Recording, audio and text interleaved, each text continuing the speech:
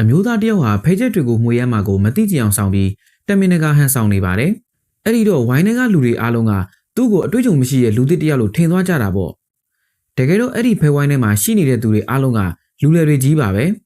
။အဲ့ဒါကြောင့်ပဲအမျိုးသားကသူဘာမှမသိတဲ့ပုံစံမျိုးနဲ့ဟန်ဆောင်နေတာပါ။ပထမဆုံးပွဲမှာအမျိုးသားကအကောင်းဆုံးဖဲချက်တွေရခဲ့ပေမဲ့အသာလေးပဲဖဲမောက်လိုက်ပါတယ်။ဒါကိုကြည့်ပြီးကျန်တဲ့သူတွေကတော်တော်လေးအံ့ဩသွားကြတာပေါ့။အဲ့ဒီချိန်မှာမိန်းလေးတယောက်ကလည်းဖဲကောင်းတွေရလို့$1000ထိုးလိုက်ပါတယ်။ကျန်တဲ့သူတွေကဖဲမကောင်းတာကြောင့်ဖဲမောက်လိုက်ကြပါတယ်။အမျိုးသားရဲ့သားဖြစ်သူကတော့သူ့အဖေမှာအကောင်းဆုံးဖဲတွေရှိနေပါလျက်နဲ့မှောက်လိုက်လို့အရန်စိတ်တူနေတာပေါ့။အမျိုးသားကတော့သူကစီးမြင့်တွေကိုတေချာမသိလို့ပါ။နှမျောစရာပဲလို့အေးအေးဆေးဆေးပြန်ပြောလိုက်ပါတယ်။တန်ဘက်တွေကဒီလူဟာပတ်စံလာဝေတာပဲလို့ထင်သွားကြပြီးအနည်းဆုံးထိုးကြေးကို$1000ထိထိုးလိုက်ကြပါတယ်။အမျိုးသားကဖဲချက်တွေကိုအကြိမ်ကြိမ်မှောက်ပြပြီးနောက်သူကိုယ်တိုင်ဖဲချက်တွေထုတ်ယူလို့ရမလားလို့မေးပါတယ်။တန်ဘက်တွေကလည်းသဘောတူလိုက်တာပေါ့။ဒီတစ်ခါမှာတော့အမျိုးသားကဖဲကိုလုံးဝကြည့်မနေတော့ပဲ$1000တိုက်ရိုက်ထိုးလိုက်ပါတယ်။ဝိုင်းထဲကလူတွေလည်းလိုက်ထိုးကြတာပေါ့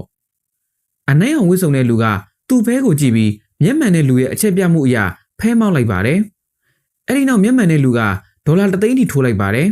။မိန်းလေးကလည်းသူမမှာနံပါတ်5 3ချက်ရှိနေပေမဲ့ဖဲမောက်လိုက်ပါတယ်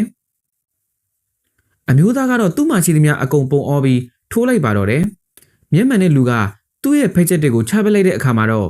အပွင့်တူနံပါတ်2တွေပါနေတာကြောင့်သူနိုင်ပြီလို့အသေးချာယုံကြည်နေပါတယ်။ဒါပေမဲ့အမျိုးသားရဲ့ဖဲချက်တွေကိုဖွင့်ကြည့်လိုက်တဲ့အခါမှာတော့နံပါတ်ကို3ချက်ဖြစ်နေတာကြောင့်အမျိုးသားကပဲအနိုင်ရရှိသွားပါတော့တယ်။